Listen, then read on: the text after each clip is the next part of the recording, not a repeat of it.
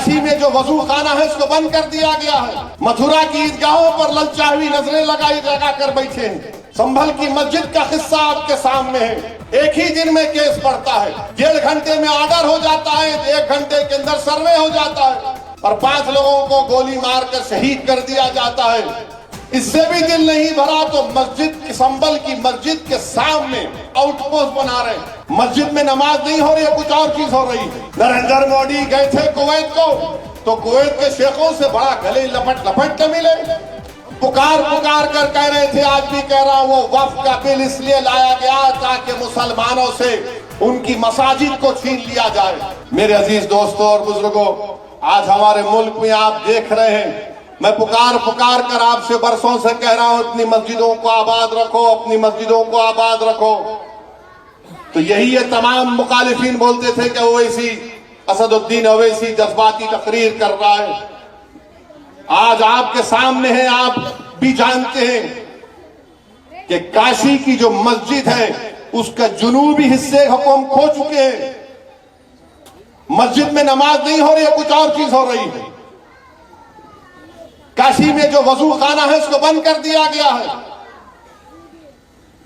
मथुरा की ईदगाहों पर ललचावी नजरें लगा कर बैठे हैं। संभल की मस्जिद का किस्सा आपके सामने है। एक ही दिन में केस पड़ता है, 1.5 घंटे में ऑर्डर हो जाता है, 1 घंटे के अंदर सर्वे हो जाता है और 5 लोगों को गोली मारकर शहीद कर दिया जाता है।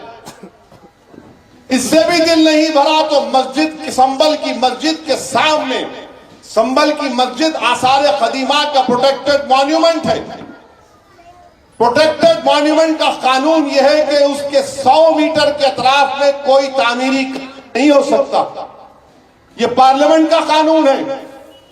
मगर यह कौन सी संभल की पुलिस है जो आसार कदीमा के प्रोटेक्टेड मस्जिद के 100 मीटर नहीं बल्कि उसके 5 फीट के फासले पर आउटपोस्ट बना रहे हैं और वो आउटपोस्ट वक्फ की जमीन में बना रहे हैं। मुरादाबाद के 39A में वो वक्फ का दर्ज है, सुन्नी वक्फ बोर्ड में दर्ज है, वहां पर संभल की पुलिस बना रही। नरेंद्र मोदी गए थे कुवैत को, तो कुवैत के शेखों से बड़ा गले लपट के मिले।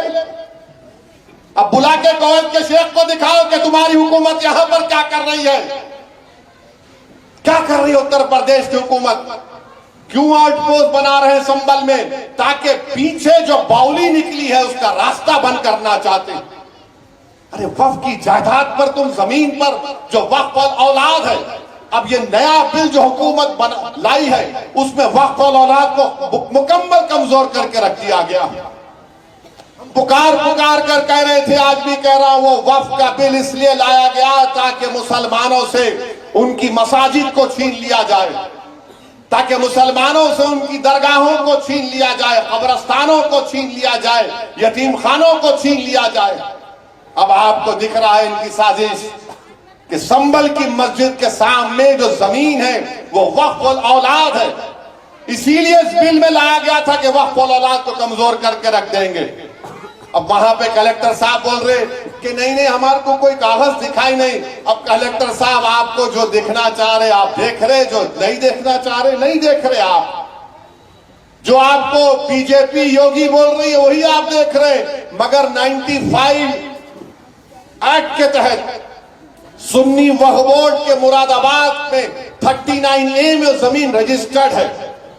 मेरे अजीज दोस्तों और बुजुर्गों, अपने इत्तेहाद को मजबूत रखिए। याद रखिए, सरजमीन हैदराबाद पर आपकी एक अलहदा सियासी क़यादत है जिसको आपके हमारे बुजुर्गों ने बरसों से मजबूत किया है।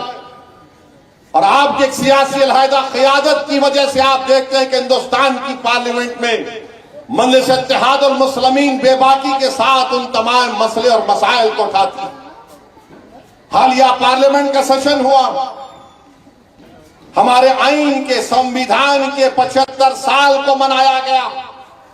जब मैंने पार्लियामेंट में उठकर कहा कि 1962 दिसंबर में श्रीनगर में अल्लाह के रसूल सल्लल्लाहु अलैहि वसल्लम के मुंह मुबारक की चोरी हुई थी, पूरे मुल्क में दंगा हुआ और उसके बाद मौजूदा बंगाल जो हमारे मुल्क में है, वहां से 8 लाख मुसलमानों को जबरन मौजूदा बांग्लादेश में ढकेल दिया गया।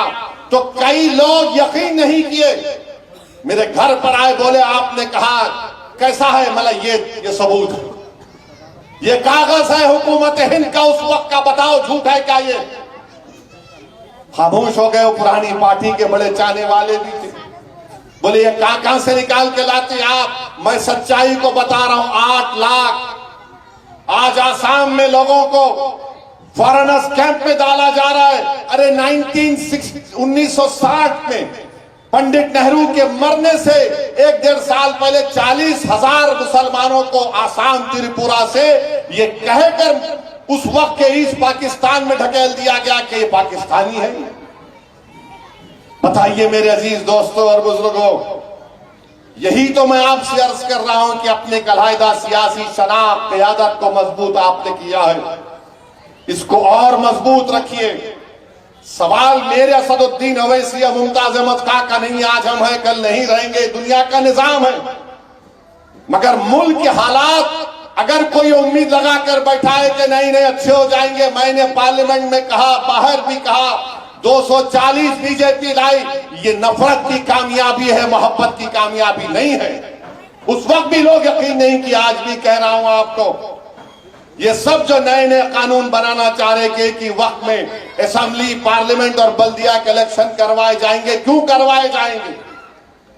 ताकि इनको फायदा हो जाए।